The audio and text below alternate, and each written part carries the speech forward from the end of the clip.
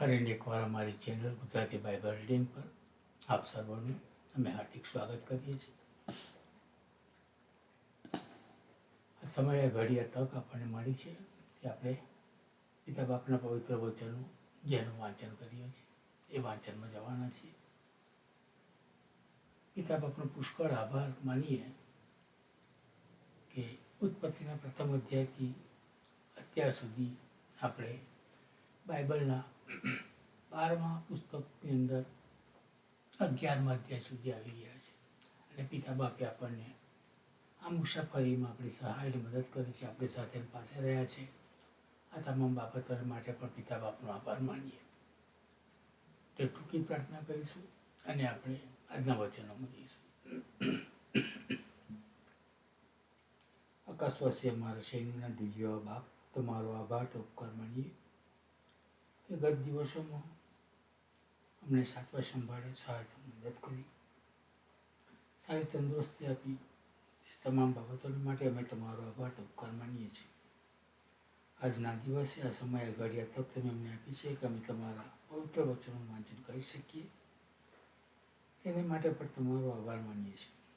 આજના દિવસના વાંચનને આશીર્વાદિત કરો બાપ, અને આ તમારા વચનો ઘણા લોકો સુધી પહોંચે અને કોઈ એકાત્મા જીતાય તેને માટે પણ તમારી કૃપા દ્રષ્ટિ આમ સર્વની ઉપર આવવા દો બાપ.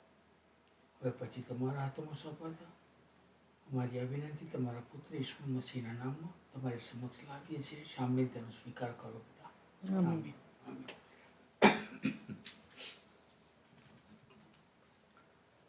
પવિત્ર પુસ્તક બાઇબલ અને તેનું 12મું પુસ્તક બીજો રાજાઓ અને તેનો 11મો અધ્યાય. હવે અહાઝિયાની માં અથાલિયાએ જોયું કે પોતાનો દીકરો મરણ પામ્યો છે, ત્યારે તેણે ઉઠીને આખા રાજવંશનો નાશ કર્યો. પણ યોરામ રાજાની દીકરી તથા અહાઝિયાની બહેન યહોશેબાએ અહાઝિયાના દીકરા યોઆસને રાજાના જે પુત્રો માર્યા ગયા હતા તેઓમાંથી ચોરી લઈને તેને તથા તેની દાસીને શયનગૃહમાં સંતાડી રાખ્યા. તેઓએ તેને અથાલિયાથી સંતાડ્યો, તેથી તે માર્યો ગયો નહીં. તે તેની દાસીની સાથે 6 વર્ષ સુધી યહોવાના ઘરમાં સંતાઈ રહ્યો. તે વખતે અથાલિયા દેશ પર રાજ કરતી હતી. 7મે વર્ષે યહોયાદાએ માણસો મોકલીને કારીઓના તથા રક્ષક ટુકડીના સિપાહીઓના શતાધિપતિઓને તેડાવીને તેમને યહોવાના મંદિરમાં પોતાની પાસે એકત્ર કર્યા. તેણે તેઓની સાથે કોલ કરાર કર્યો અને યહોવાના મંદિરમાં તેમને સોગંદ ખવડાવીને રાજાનો દીકરો તેમને દેખાડ્યો. તેણે તેમને આજ્ઞા કરી, જે કામ તમારે કરવાનું છે તે આ છે, એટલે તમે જે શાબાતે અંદર આવો તેમાંના 3 ભાગના રાજાના મહેલની ચોકી કરી. 3 ભાગ સૂરને દરવાજે રહે અને 3 ભાગ રક્ષક સિપાહીઓની પાછળ દરવાજે રહે. એમ તમે આડમીત રૂપ થઈને મંદિરની ચોકી કરજો. શાબાતે બહાર જનાર તમ સર્વની 2 ટુકડીઓ રાજાની આસપાસ યહોવાના મંદિરની ચોકી કરે. દરેક માણસ પોતાના હથિયાર હાથમાં રાખીને રાજાની આસપાસ ઘેરાઈને ઊભા રહે. જે કોઈ તમારી હારની અંદર દાખલ થાય તેને મારી નાખો, અને રાજા બહાર જાય ત્યારે ને અંદર આવે ત્યારે તમારે તેની સાથે જ રહ્યો. યહોયાદા યાજકે જે આજ્ઞા કરી તે સર્વ પ્રમાણે શતાધિપતિઓએ કર્યું, અને તેઓ દરેક શાબાતે અંદર આવનારા તથા શાબાતે બહાર જનારા પોતાના તાબાના સર્વ માણસોને લઈને યહોયાદા યાજક પાસે આવ્યા. દાઉદના જે ભાલા તથા ઢાલો યહોવાના મંદિરમાં હતા તે યાજકે શતાધિપતિઓને આપ્યા.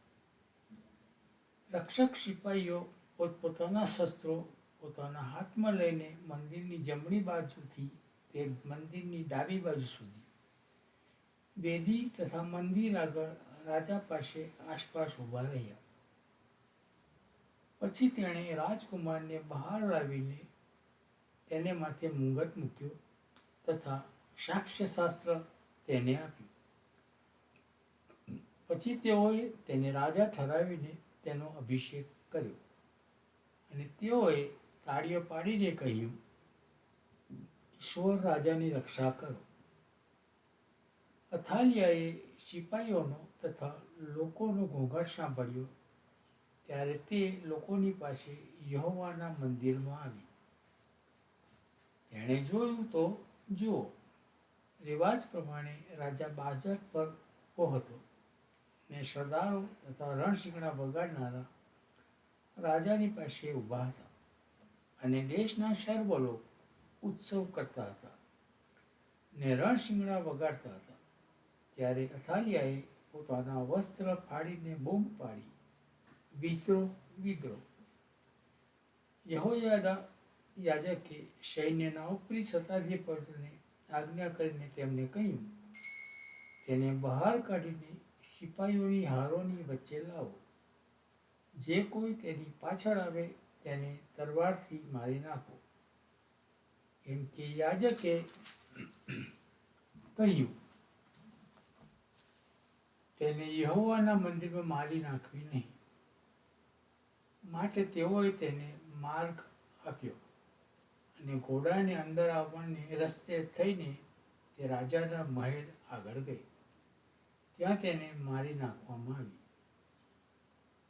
યહોયાદાએ યહોવાની અને રાજા તથા લોકોની વચ્ચે કરાર કર્યો કે તેઓએ યહોવાના લોક થવું. વળી રાજા તથા લોકોની વચ્ચે પણ તેણે કરાર કર્યો. પછી દેશના સર્વ લોકો બાળના મંદિરમાં ગયા અને તે ભાંગી નાખ્યું. તેઓએ તેની વેદીઓના તથા તેની મૂર્તિઓના છેક ચૂરેચૂરા કરી નાખ્યા ને બાળના યાજક માતાનને વેદીઓ આગળ મારી નાખ્યો. અને યાજકે યહોવાના મંદિર પર કારભારીઓ નિમ્યા.